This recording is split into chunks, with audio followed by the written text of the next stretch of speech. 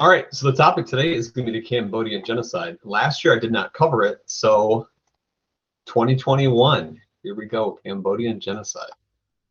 This whole week we'll cover, unfortunately, the events of genocides since the Holocaust, and it's unfortunately a tragic event once again. All right, what's one thing about history? You should always try to learn from the lessons of history, and unfortunately humanity did not after the Holocaust. So the Cambodian Genocide, your learning targets today, you examine the cause and effect of the Cambodian Genocide, question mark. You take guided notes, and there's some videos at the end you can watch if you want to, but I'm not going to make you watch. So one thing you should start to notice kind of quickly is, if you're familiar with weapons, these weapons here are the weapons of the United States. This is an M16 assault rifle. Here's a typical 45. And so what you're seeing here is the United States is arming one side in Cambodia. And this is the whole event of a proxy war, where you have a war where we're aiding one group and communist countries are aiding the other side. So this would be considered a proxy war that really leads to an unfortunate genocide as a result. So when we look at Cambodia, it's right next to Vietnam, and the Vietnam War has a big impact in how this unfolds as well.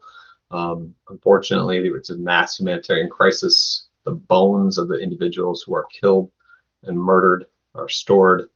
And this is probably the most telling thing right here. Look at the Holocaust. It says never again. And unfortunately, the next lecture is going to talk about Bosnia. We'll cover Rwanda, Darfur, Cambodia, Armenia, Ukraine, Nanking. And history has not been learned about genocides. So let's start to unpack the cause of the genocide here in Cambodia. All right, so 1970, a civil war breaks out in the country of Cambodia. Civil war, it's country versus country. Here in America, we have our American Civil War, North versus South. In this case, it's a group that wanted communism, and there's also this anti-communist group as well. So pro-communist, anti-communist, those are your two sides. All right, so it becomes intertwined with the Vietnam War. The Vietnam War is obviously happening between us, South Vietnam, North Vietnam. There's a lot happening there. And we get involved because the Ho Chi Minh Trail, that supply line from North Vietnam to South Vietnam, it runs through Cambodia. So the United States is dropping bombs. We are bombing parts of Cambodia to stop the flow of weapons from the North to South Vietnam. All right. Can the United States bomb a country that we're not at war with? That wasn't really a question, because we did. We kept it secret. It was definitely off the books as much as possible, but we bombed it because we were at war with North Vietnam, and North Vietnam was using Cambodia, so that was our provocation to bomb portions of Cambodia. When you look at the numbers, about 750,000 people are killed in the U.S. bombing missions in Cambodia to stop the supply from North Vietnam to South Vietnam in the Vietnam Wars. 750,000 people. Imagine the University of Michigan, about 7 of those filled the capacity with stands. It's a lot of people who die. And that is why in this revolution you see a group that is very much for communism, the growth of communism, and they are anti-American because of this. All right. So when the war breaks out in Cambodia, there's obviously a group that wants democracy. It's pro-West, it's pro-America. That is one side as well. So the U.S. supports pro-West anti-communist leader Lon Nol. He's this individual here. We're to support him. We don't care how bad these people are, as long as they're not going to endorse communism. America, for the most part, in the 70s is very much okay with that idea. So you start to see the weapons fly in. Here, American M16s. There's a Soviet Kalashnikov AK-47. So we're arming. Here's an M60 from the United States, and even the fatigues. These are American-generated military-grade weapons and outfits. So we are backing the anti-communist groups with weapons. And little kids are drawn into this conflict, this battle, the Civil War. All right.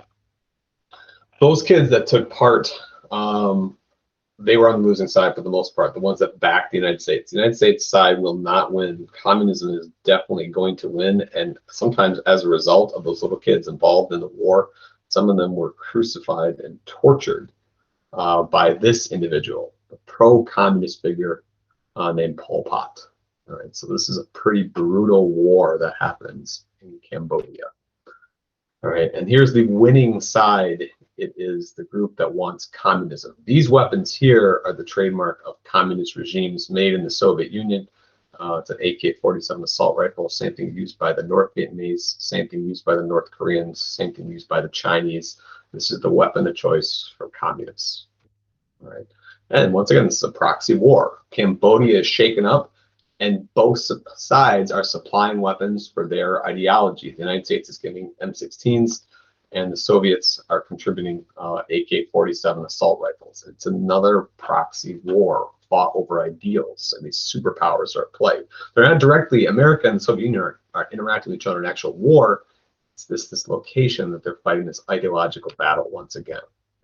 All right, so that's it. That's the war that shakes up. It's an unfortunate event in the first place, the Civil War, and the winning side is communism. All right, they're known as the Khmer Rouge. They're pro-communists, and they win the Civil War. I would definitely key into this term here, the Khmer Rouge. All right, the leader Pol Pot seizes control of the country because he's the winning side. It's once again, it's one of those scenarios where winning side takes all, and the communists take complete control of the country.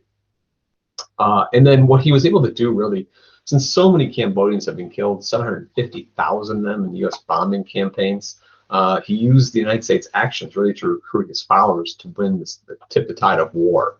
And so you see the bottom there, 750,000 Cambodians have been killed by the U.S. and no, Pol Pot uses this as an example, an excuse, a justification for brutal policies afterwards. 750,000 people are dead, and there has to be swift retaliation because there's so many people that died at the hands of the Americans. So the winning side of the communists, Pol Pot is going to turn into the 1970s version of Adolf Hitler, unfortunately. So Khmer Rouge's policies. This is the scary part, is they're retraining the minds of the survivors. So if you supported America, you didn't want communism, you start to get a re-education program. So outside ideas, they thought, tainted the citizens' minds. So they didn't like the ideas of America and the West and education for women and for boys, liberal ideas to creep into their society.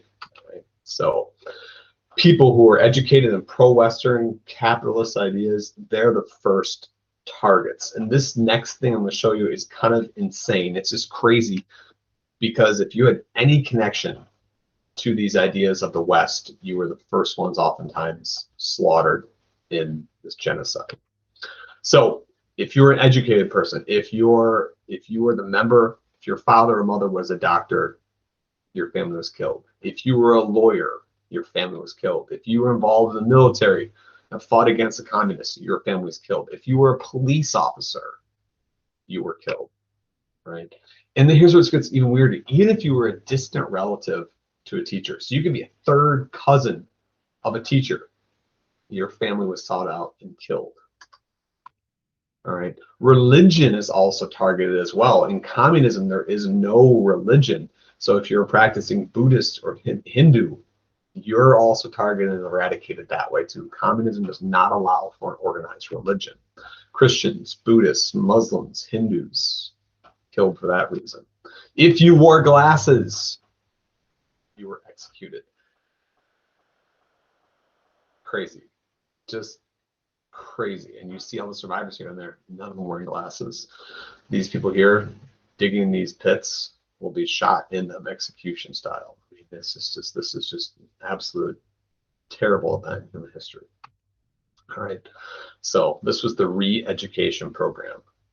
Anyone who didn't like it was killed off, just crazy fashion. And if you were lucky enough to be a survivor, you were re-educated the proper way. So when we say re-education process, I mean, you really don't have a choice. If you refused, you were killed on the spot.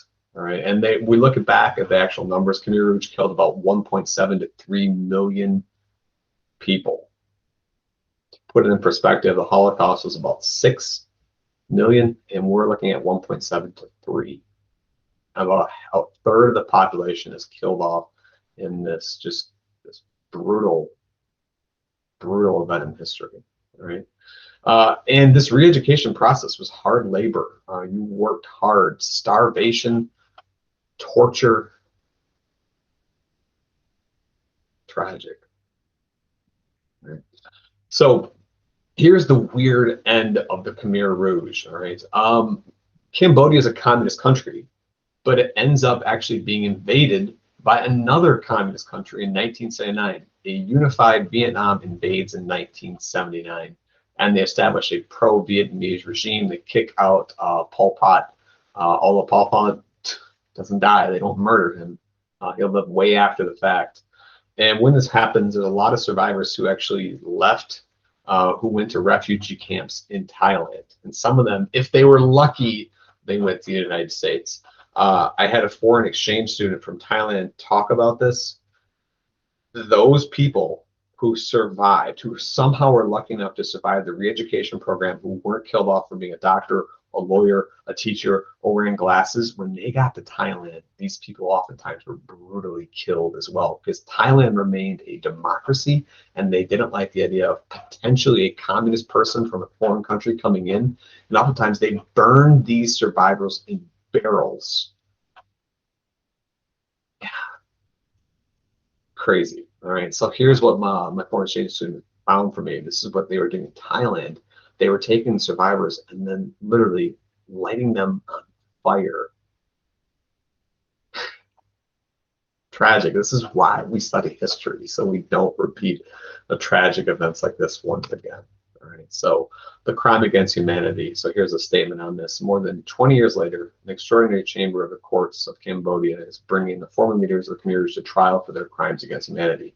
On June 26, 2010, the ECC found King Kyung Yuk, alias Gutch, guilty of crimes against humanity and grave breaches of the Geneva Convention of 1949. The Geneva Convention basically prevents against Holocaust or genocides.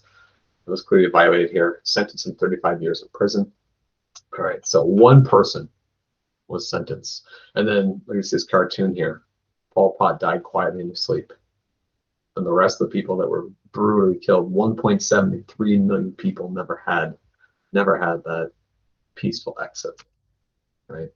I would show you the videos, but that's something it takes a while for me to build up a good like face-to-face trust with you. It's what they do is they take you back.